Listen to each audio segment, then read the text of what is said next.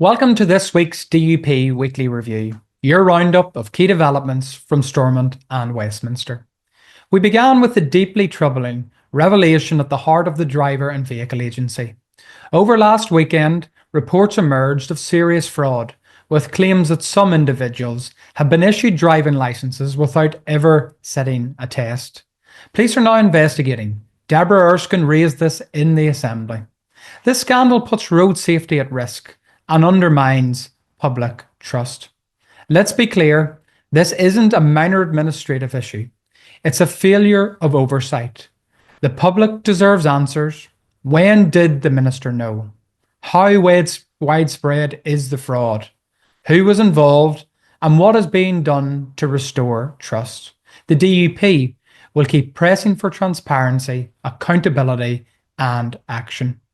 Turning to the economy, our spokesperson Philip Brett responded to the latest budget.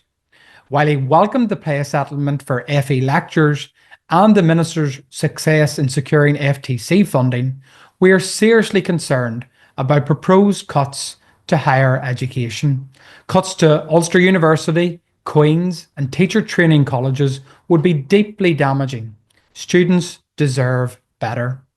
Responding to a question from Mid-Ulster MLA Keith Buchanan, Communities Minister Gordon Lyons confirmed a new funding programme is being developed for improvements to community halls. These vital local facilities deserve meaningful investment. A formal announcement is expected next month. Further DUP delivery. Paul Frew raised an issue that many have been reluctant to acknowledge: vaccine injury.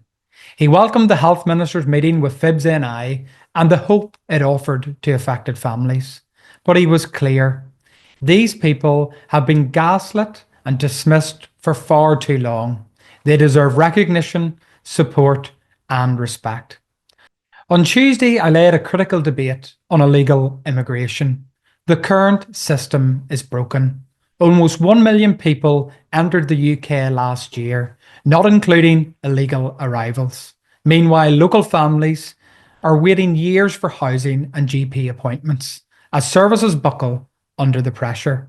This is not sustainable. A country without borders is not a nation.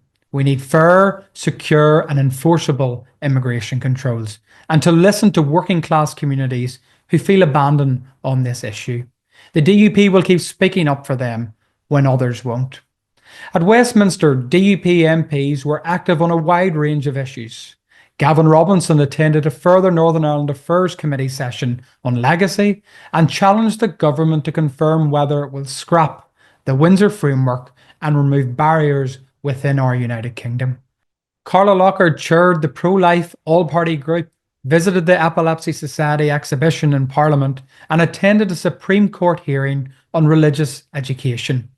We stand firm for schools' right to uphold their Christian ethos. Sammy Wilson joined contaminated blood victims, urging the government to deliver promised compensation. He also spoke on the Israel-Palestine conflict, reaffirming support for Israel's right to defend itself. Jim Shannon met with hydrogen energy manufacturers, promoting clean and zero-emission technology. Gregory Campbell pushed for more banking hubs in rural areas and urgent action on the UK passport rollout in Northern Ireland. All our DUP MPs attended this week's UK-EU summit statement. Gavin Robinson challenged the Prime Minister on internal trade barriers. Sammy Wilson called for an immediate halt to the Larne EU border post. Jim Shannon warned the New Deal harms our fishing industry, and Gregory Campbell raised the risk of division over the government's Brexit handling. At Northern Ireland Office Questions, Gavin pressed the government to rule out an amnesty for dissident Republicans. Jim Shannon called for tougher sentencing on violence against women and girls. Wrightbus showcased its hydrogen buses outside Parliament, a proud display of Northern Ireland innovation. And at Trade NI's Business and Economy event, DUP representatives joined business leaders to discuss skills, education and growth. This week's events show the DUP's focus remains fixed on the priorities that matter: integrity of public services, secure borders, a strong economy, and respect for the values of the people of Northern Ireland. Thanks for watching. We'll see you again next week.